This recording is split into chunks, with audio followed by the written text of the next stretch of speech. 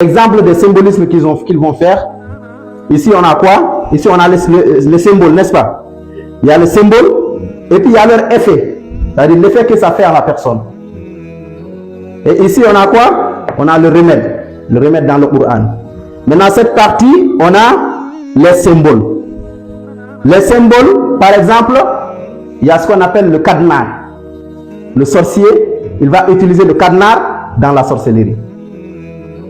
Pourquoi il va utiliser le cadenas? C'est pour bloquer la vie de la personne. On voit ici le symbole. Ici, on a le cadenas. Ça bloque l'avancement de la personne. Maintenant, le sorcier, il va prendre le cadenas. Il va réciter des choses sataniques sur le cadenas. Il va réciter des choses sataniques avec l'intention de bloquer la vie de la personne. Maintenant, quand il finit de réciter et après il récite le nom de la personne, il ferme. Quand le sorcier il ferme le cadenas, si Allah t'a aidé, ça ne va pas faire effet sur toi. Parce qu'Allah dit وَمَا هُمْ بِضَارِّينَ بِهِ مِنْ أَحَدٍ إِلَّا بِإِذْنِ اللَّهِ. Ils ne peuvent nuire qu'à personne qu'avec la permission d'Allah subhanahu wa ta'ala. Maintenant, si le sorcier il a fait le cadenas et que le cadenas il a pris sur toi, ça va bloquer ta vie. Ça va bloquer ton avancement dans la vie. Et ce cadenas-là, ça peut être cause pour que toute ta vie soit dans l'ombre. C'est-à-dire tout ce que tu fais, ça n'avance pas. Quand tu commences à travailler, après tu recules, tu n'arrives pas à évoluer dans le travail. Quand tu travailles, tu vas laisser le travail, aller chercher un autre travail. Après encore, tu vas laisser et puis chercher un autre. Ainsi de suite, ainsi de suite, ainsi de suite. Jusqu'à un niveau que tu vas savoir réellement qu'il y a quelque chose dans ma vie qui ne va pas. C'est pas normal que quelqu'un il abandonne un travail et après encore il abandonne un autre, il cherche un autre, il abandonne, il cherche un autre, il abandonne. Non, c'est pas normal. Allah il dit subhanahu wa ta'ala, inna ma'al usri yusra. Auprès de la difficulté, il y a une facilité. Mais quelqu'un qui est bloqué dans sa vie, après une difficulté, c'est une autre difficulté. Après une autre encore, après une autre encore. Il y a un mot que le frère il avait donné à ce mot-là, je ne sais pas c'était quoi. Tchagal sater, ou bien tchagal sater ou non. Tchagal sater ou ne wana. On ne hol no hagro no wolof nyande mi jimi no halir no dum. Afali. Anna yejiri, vas-y moy lo. Jonon, après difficulté ou difficulté. Après la personne va savoir réellement qu'il y a quelque chose qui ne va pas dans ma vie. C'est pas normal, les autres ils évoluent, mais moi je suis en train de changer de travail en travail, et puis j'arrive pas à économiser quelque chose dans ma vie. Ça c'est le cadenas. Donc le sorcier il va prendre le cadenas, il va réciter des choses sataniques, il va souffler dessus avec le nom de la personne, comme ça bloque la vie de la personne. On n'arrive à rien faire. Ça c'est le blocage. Maintenant, ici on a dit, ça bloque l'avancement de la personne. La personne a l'intention d'avancer dans sa vie. Il avance, arrivé à un moment, il recule en arrière. Il tourne au rond dans sa vie. Il tourne au rond dans sa vie, il n'arrive pas à réaliser quelque chose. Maintenant, ça c'est le cadenas. Ici, le remède c'est quoi? Parce que quelqu'un qui a la sorcellerie faite avec des cadenas, on a dit que dans le traitement de la ruqya, chaque traitement est adapté selon le cas. Quelqu'un qui est victime de sorcellerie faite avec des cadenas, c'est pas le même traitement qu'on donne comme celui qui a mangé la sorcellerie, c'est dans son ventre. C'est pas le même traitement. Lui, c'est le cadenas, c'est le symbolisme. L'autre là, c'est la sorcellerie mangée. Maintenant, puisque lui, c'est le cadenas, dans le Coran, on a les versets spécifiques pour chaque cas. C'est ce que Rasul sallallahu alayhi wa sallam, il dit Inna Allah khalaqa da wa dawa. Allah, il a créé la maladie et le remède. Wa ja'ala li kulli da'in dawa. Et à chaque maladie, il a une remède. Wa idha waqa dawa ala da. Si le remède tombe sur la maladie, daliya bi idhnillah. Il dit la personne guérit par la grâce d'Allah. Maintenant, par exemple, quelqu'un qui a mangé la sorcellerie, c'est dans le ventre. Il a mangé la sorcellerie. Maintenant, tu viens, tu vas lui faire la ventouse sur la tête. Est-ce que ça va enlever la sorcellerie du ventre? Ça ne va pas enlever la sorcellerie du ventre. Ou bien quelqu'un qui a la sorcellerie au niveau de sa tête. Et toi, tu viens, tu vas lui donner le sanamaki. Il y a un problème. Pourquoi il y a un problème? Parce que ce n'est pas adapté. Le traitement n'est pas adapté. Donc ici, on a le deuxième, c'est quoi? On a les nœuds. Nœud, c'est quoi? Le sorcier, il va attacher des nœuds. Le sorcier, il va attacher des nœuds. Il y a certains sorciers, au lieu de faire 11 nœuds, vite fait, il va faire plusieurs nœuds la nuit. Il va faire toute la nuit en train d'attacher les nœuds, après d'attacher les nœuds seulement. Maintenant, qu'est-ce qu'il va faire? Par exemple, quand on prend ça, il va attacher. Quand il attache, il récite des choses sataniques, il souffle dessus avec le nom de la personne, il va attacher. Il va déposer, il prend un autre, il fait comme ça. Il récite des choses sataniques, des incantations, avec le nom de la personne encore, il attache. Et puis il dépose. Il fait comme ça jusqu'à toute une nuit. Il est en train d'attacher des nœuds.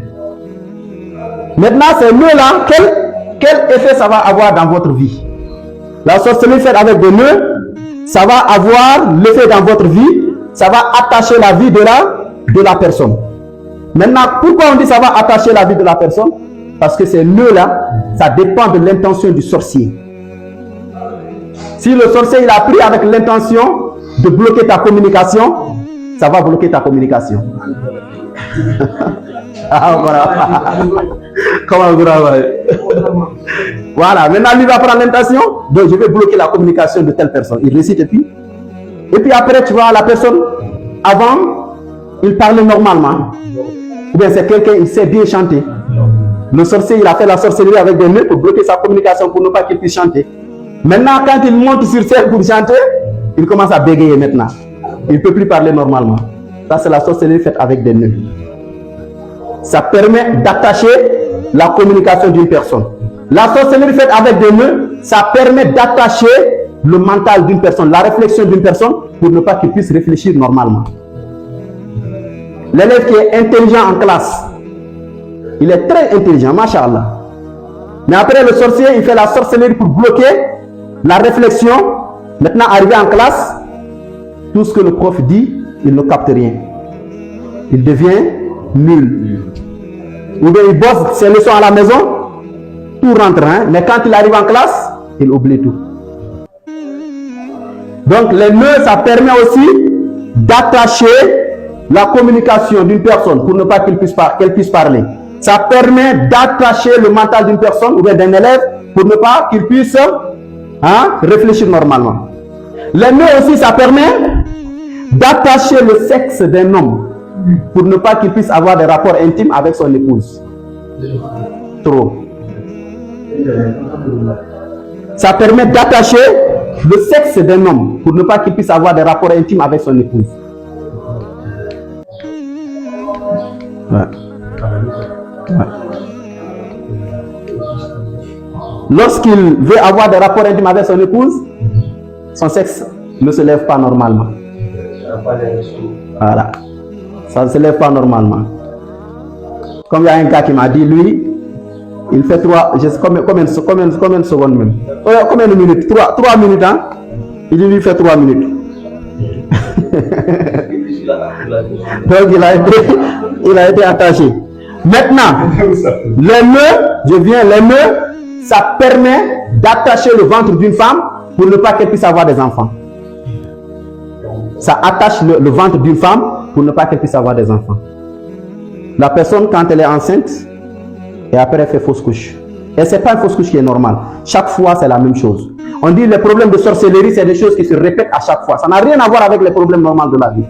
Parce que si tu ne sais pas faire la différence entre ce qui est normal et ce qui est paranormal, c'est difficile de soigner une personne. Parce que les problèmes normaux dans la vie, tu vas dire que c'est la sorcellerie. La sorcellerie, tu vas dire que c'est les problèmes normaux, alors que ça n'a rien à voir.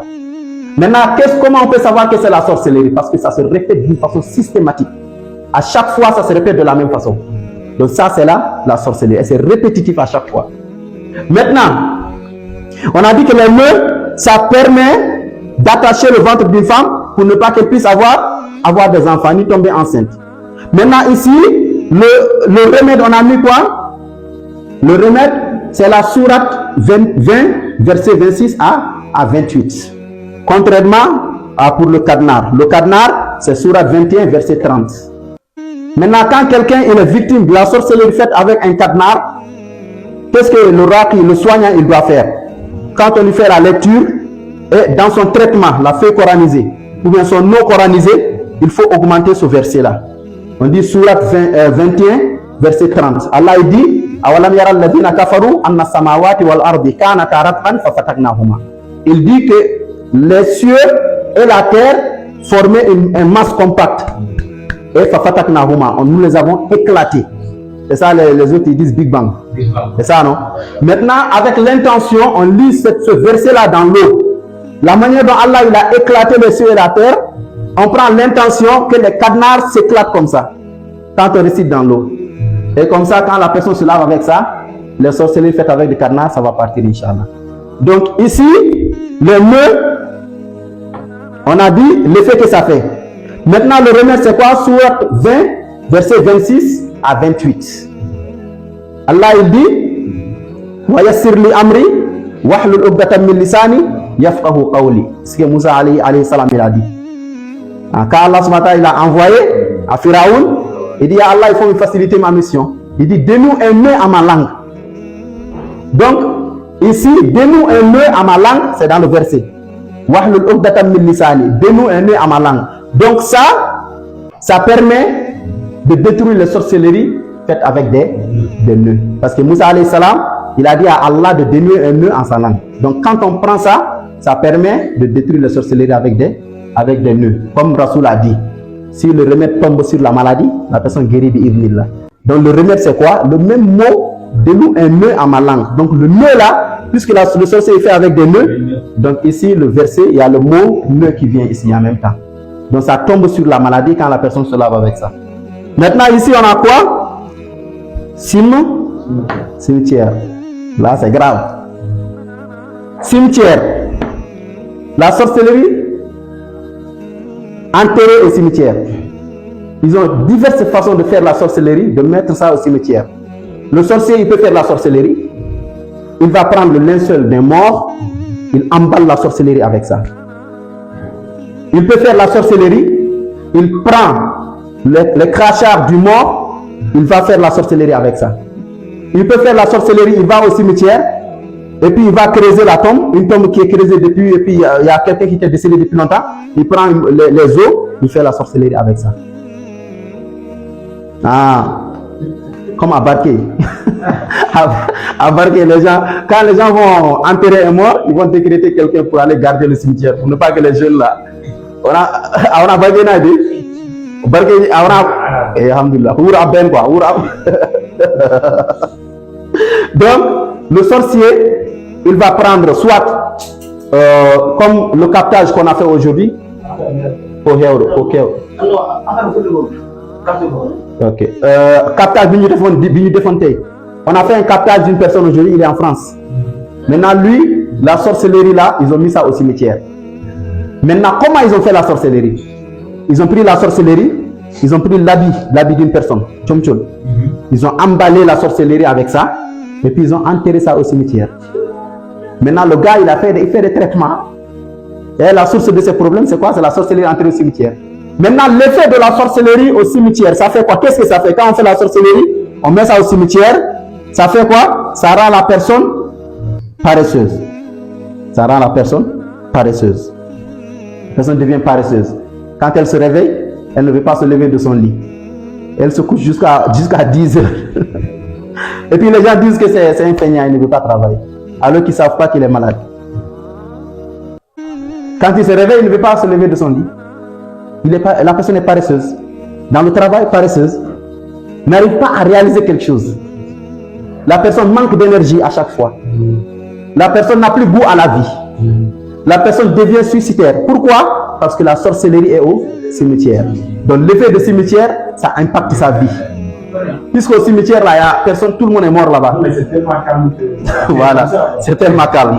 Donc le cimetière, c'est calme. La personne devient calme aussi. Ça devient calme.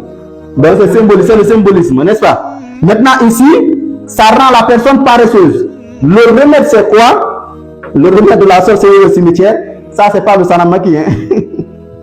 C'est pas le sanamaki, c'est pas la ventouse. Hein? Quelqu'un qu'on a mis la sorcellerie au cimetière. Si tu le fais la ventouse, est-ce que ça va soigner la sorcellerie au cimetière? Non, non, ça va pas soigner ça. Parce que ça est au cimetière. Ah. Maintenant, qu'est-ce qu'il faut faire? ici dans son traitement, dans la lecture que tu vas faire sur lui, et aussi en même temps dans son nom coranisé, dans l'encens qu'il va utiliser, dans l'huile qu'il va utiliser, il faudra réciter maintenant ce verset, Sourate 6, verset 122. C'est dans Sourate 6, verset 122. Allah Ta'ala il dit, Awaman kana mayyitan fahyaynahu wa ja'alna lahu nura yamshi bihi fi an-nasi kama mathaluhu fi dhulumati laysa bi kharijin minha. Il dit, est-ce que celui qui était mort et nous l'avons ressuscité, nous l'avons ramené à la vie, est-il comparable à celui qui est dans les ténèbres sans pouvoir en ressortir? Et ça, c'est une question même qu'Allah pose. Maintenant, celui qui était mort et que nous l'avons ramené à la vie. Vous voyez, ça tombe sur le hadith de Rasoul. Si comment on appelle ça? Le remède tombe sur la maladie, la personne guérit. La personne qui était morte, la personne qui était morte, et on l'a ramenée à la vie. On l'a assigné une lumière par laquelle il marche parmi les gens. Est-il comparable à celui qui est dans les ténèbres sans pouvoir en ressortir? Donc on augmente ce verset, on peut augmenter plusieurs fois. Quand la personne se lave avec ça, la sorcellerie est toujours au cimetière, mais c'est l'effet là qui va quitter dans la vie de la personne. La sorcellerie est toujours enterrée là-bas, mais ça ne fait plus d'effet. Ça ne fait plus d'effet. La sorcellerie au cimetière. Maintenant ici on a quoi? On a rivière. Là, beaucoup de gens vont sur cette sorcellerie là, la rivière. Kabe. Rivière, on est pour là. Ko holu no wana mayo ko mer odum de wa ilama anka pullo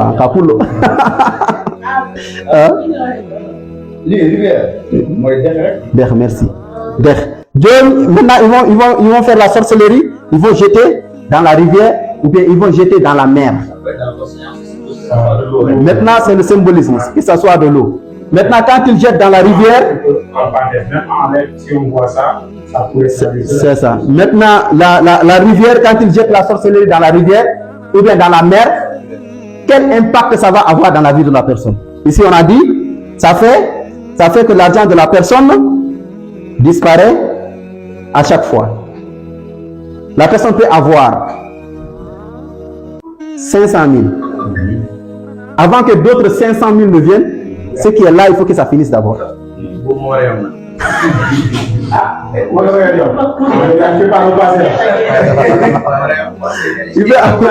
Pourquoi ça? Parce que le sorcier, il a fait exprès. Il est intelligent. Le sorcier, il a fait exprès.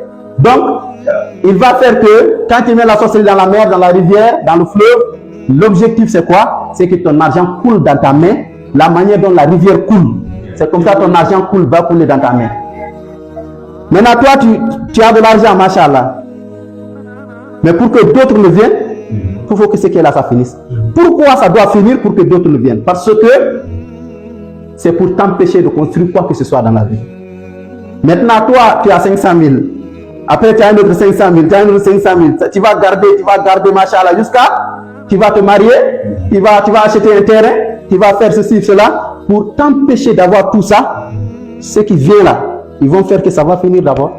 Tu vas gagner un autre, ça va finir. Tu vas gagner un autre, ça va. D'autres disent, mais moi, je peux avoir, par exemple, je peux avoir 1 million, mais je ne sais même pas comment je dépense.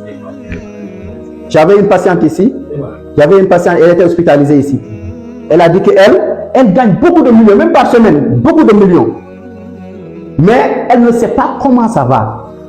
Et puis après, elle s'assoit, elle se dit, mais comment est-ce que je dépense mon argent? Je ne comprends rien. Voilà. Comment est-ce que comment je dépense mon argent? Je gagne, mais ça part. Je ne sais même pas comment ça part. Donc ça, c'est la sorcellerie faite avec, jeter dans la mer, dans la rivière. Donc voilà cet effet que ça fait. Voilà, l'océan, ainsi de suite. Maintenant, on va venir maintenant dans les rêves. Les rêves.